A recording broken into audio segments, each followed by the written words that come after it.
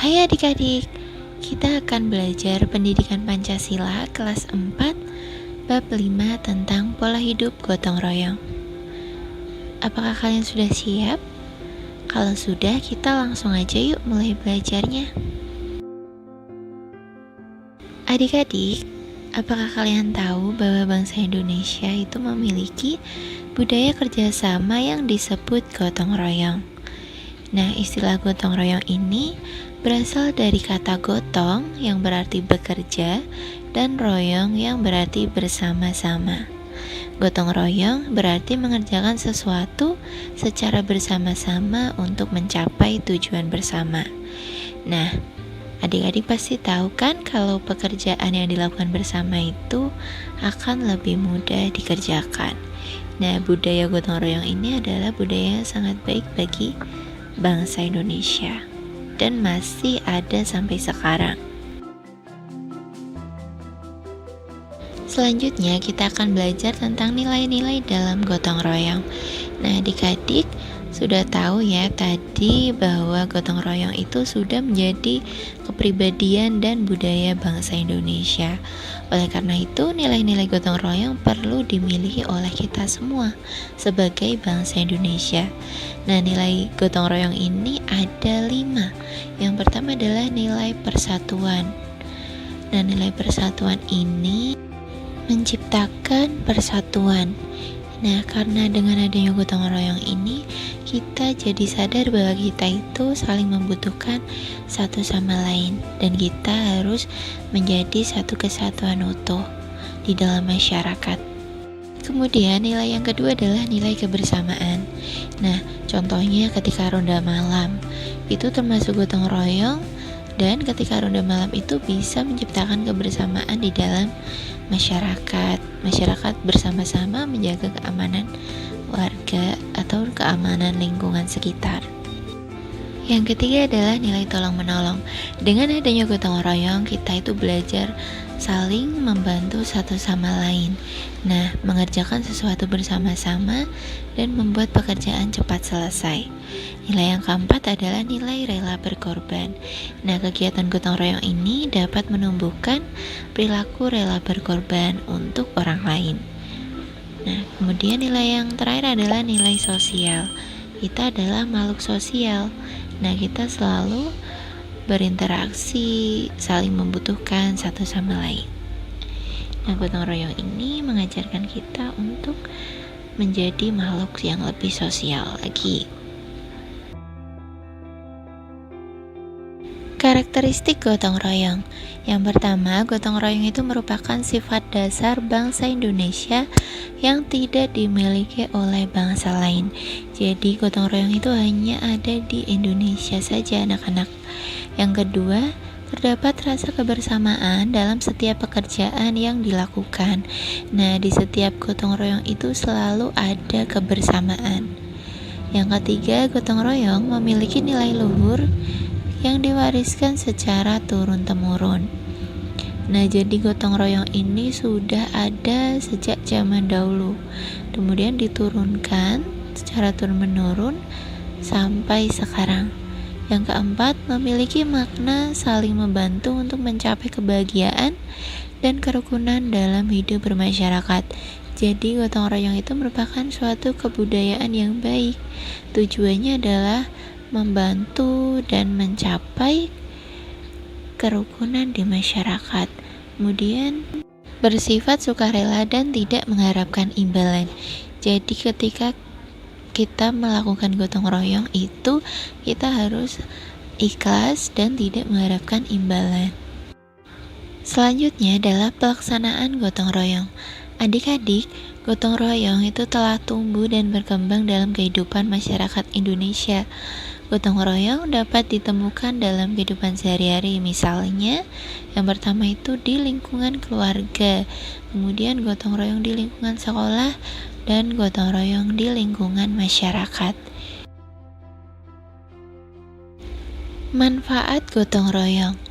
Nah, anak-anak, gotong royong itu mempunyai banyak sekali manfaat. Yang pertama adalah menciptakan kebersamaan dan menumbuhkan kasih sayang. Yang kedua, menumbuhkan sikap saling menolong dan kekeluargaan. Yang ketiga, membuat pekerjaan menjadi lebih ringan dan mudah. Yang keempat, pekerjaan dapat terselesaikan dengan cepat.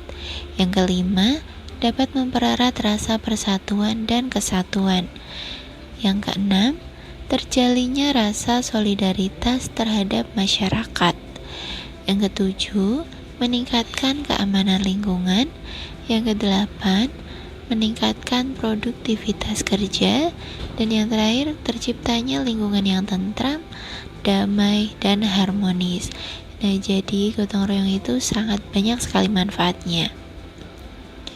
Nah, sekarang kita belajar apa saja sih contoh gotong royong di lingkungan keluarga.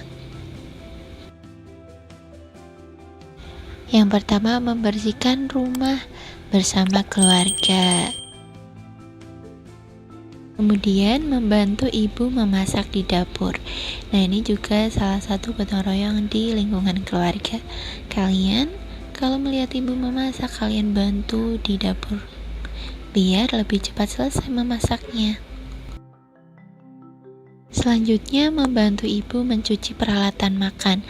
Nah, ini kalian kalau habis makan itu bantuin ibu nyuci piring. Membantu adik belajar, ini juga salah satu wujud gotong royong di lingkungan keluarga ya. Selanjutnya adalah pelaksanaan gotong royong di sekolah. Kalau tadi kita udah belajar tentang pelaksanaan di lingkungan keluarga, sekarang di lingkungan sekolah. Yang pertama adalah melaksanakan piket kelas. Nah, ini pasti yang paling sering kalian lakukan adalah piket kelas. Piket kelas itu merupakan salah satu contoh gotong royong di lingkungan sekolah, terutama di dalam kelas ya. Selanjutnya, melaksanakan diskusi kelas. Nah, diskusi kelas itu juga termasuk gotong royong di lingkungan sekolah. Kok bisa ya diskusi adalah salah satu gotong royong? Karena diskusi yang dilakukan kalian itu membahas dan memecahkan suatu masalah. Jadi, ini kalian menemukan suatu pemecahan masalah secara bersama-sama. Berikutnya adalah berbagi makanan dan minuman dengan teman.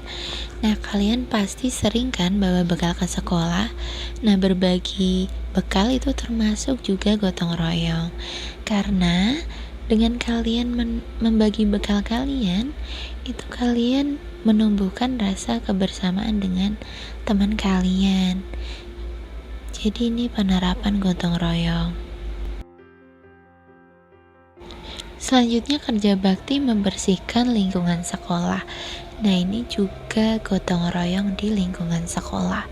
Nah, dengan kalian kerja bakti ini menumbuhkan sikap peduli terhadap lingkungan sekolah kalian, kebersamaan dengan adik kelas, kakak kelas, dan kekeluargaan antar seluruh warga sekolah.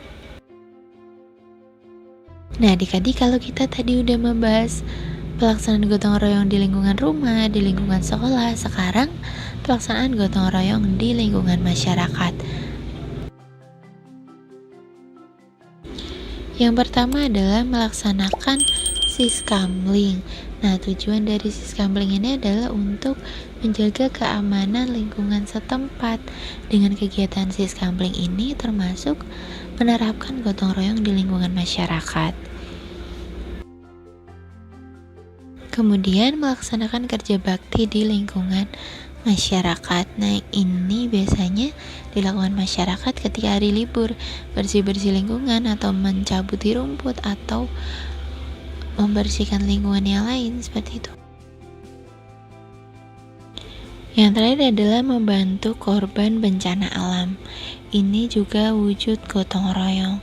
Nah, memberi bantuan untuk korban bencana alam itu kita udah saling menolong dan berbagi dengan sesama. Nah, ini merupakan sikap persatuan dan kerukunan di masyarakat. Nah, anak-anak, gimana? Kalian udah paham belum tentang gotong royong ini yang udah kita pelajari ini? Nah, kalau belum paham, kalian bisa mengulang lagi videonya. Dan jangan lupa tetap semangat belajar. Sampai jumpa di video-video berikutnya.